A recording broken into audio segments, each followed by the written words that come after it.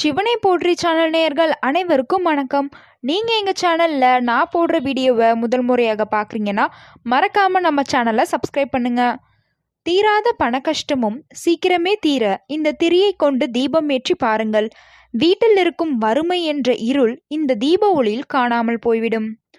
தீப வழிபாடு என்பது ஒரு வீட்டினுடைய இருளை நீக்கி லட்சுமி கடாட்சத்தை கொண்டு வருவது என்பது நாம் எல்லோரும் அறிந்த ஒரு விஷயம்தான். நிறைவான பக்தியோடு தூய்மையான மனதில் இரு கைகளையும் ஏந்தி வாழ்வில் இருக்கும் இருள் நீங்க வேண்டும் என்று அந்த ஆண்டவனை வேண்டிக் கொண்டாலும் நிச்சயமாக உங்களுடைய வேண்டுதல் அந்த ஆண்டவனின் செவிகளுக்கு கேட்கும் என்பதில் சந்தேகமே கிடையாது. இருப்பினும் நாம் செய்த கர்ம வினைக்கான பலனை நாம் அனுபவித்துதான் ஆக வேண்டும் என்பது விதி. என்ன செய்வது? சாஸ்திரமும் அதைதான் சொல்கிறது. கர்ம வினையால் உங்களுக்கு உண்டாகக்கூடிய கஷ்டங்களை, அந்த கஷ்டத்தின் தாகத்தினை, கஷ்டத்தினால் வரும் பாதிப்பினை ஒரு அளவிற்கு குறைக்கக்கூடிய சக்தி இந்த பரிகாரங்களுக்கு உண்டு.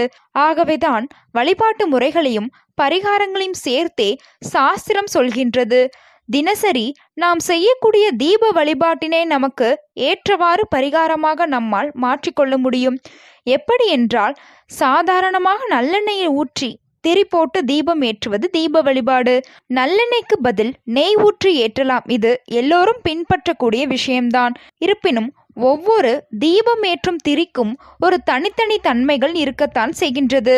அந்த வரிசையில் இன்று எந்த திரியை கொண்டு தீபம் ஏற்றினால் என்ன பலனை நம்மால் அடைய முடியும் என்பதை பற்றி தான் இன்று தெரிந்து கொள்ள போகிறோம். ஒரு வீடு சண்டை சச்சரவு இல்லாமல் சந்தோஷமாக சுபிட்சமாக இருக்க வேண்டுமென்றால் நல்லெண்ணெய் ஊற்றி பஞ்சு திரி போட்டு தீபம் ஏற்றலாம். நல்லெண்ணெய்க்கு பதிலாக நெய் ஊற்றி தீபம் ஏற்றலாம் என்பது குறிப்பிடத்தக்கது. எதிரிகளின் தொல்லை நீங்க, திருமண தடை நீங்க, குடும்ப உறவுகளுக்கு இடையே சண்டை சச்சரவுகள் வராமல் இருக்க வாழைத்தண்டு திரியை கொண்டு தீபம் ஏற்றுவது நல்ல பலனை கொடுக்கும். வாழைத்தண்டு திரி தீபத்திற்கு நல்லெண்ணெய் ஊற்றி ஏற்றலாம் அல்லது நெய் ஊற்றி ஏற்றலாம்.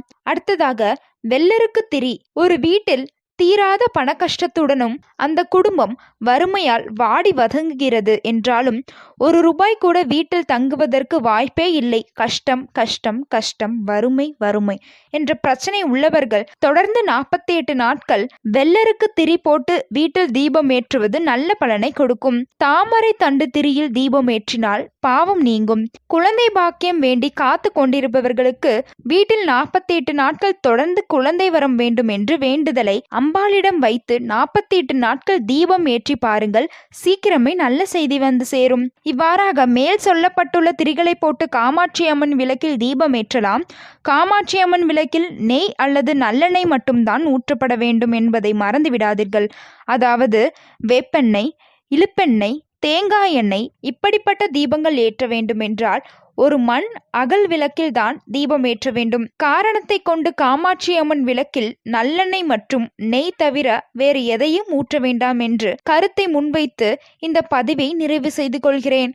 என்ன நேயர்களே, இந்த வீடியோ உங்களுக்கு பிடிச்சிருந்துச்சுன்னா மறக்காம நம்ம சேனலை சப்ஸ்கிரைப் பண்ணுங்க மற்றும் லைக் பண்ணுங்க, ஷேர் பண்ணுங்க, கமெண்ட் பண்ணுங்க.